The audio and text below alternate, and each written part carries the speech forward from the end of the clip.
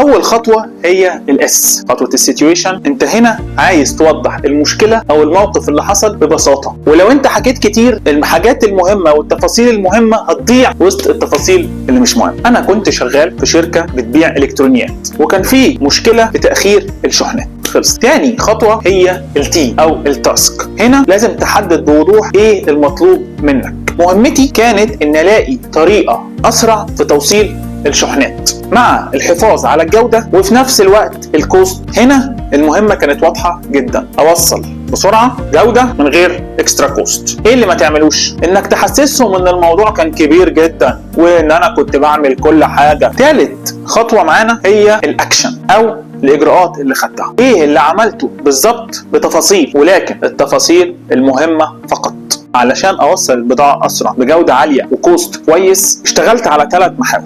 المحور الاولاني اني بدات اراجع كل اللي فات، بدات اراجع المشاكل فين وادخل اكتر في التفاصيل. المحور الثاني بدات اتواصل واتعاون مع شركات شحن كبيره موثوقه سريعه. المحور الثالث اني بدات ادرب الناس اللي في التيم معانا على برامج جديده تسرع العمليه. رابع حاجه ويمكن اهم حاجه هي الريزلتس، النتائج. خلي النتائج على قدر المستطاع على قد ما تقدر بارقام. بعد ما طبقنا ال3 محاور دول الشكاوي قلت بنسبه 30%، والعملاء بقوا فرحانين من سرعه التوصيل وكانوا بيقولوا فين الخدمه دي من زمان.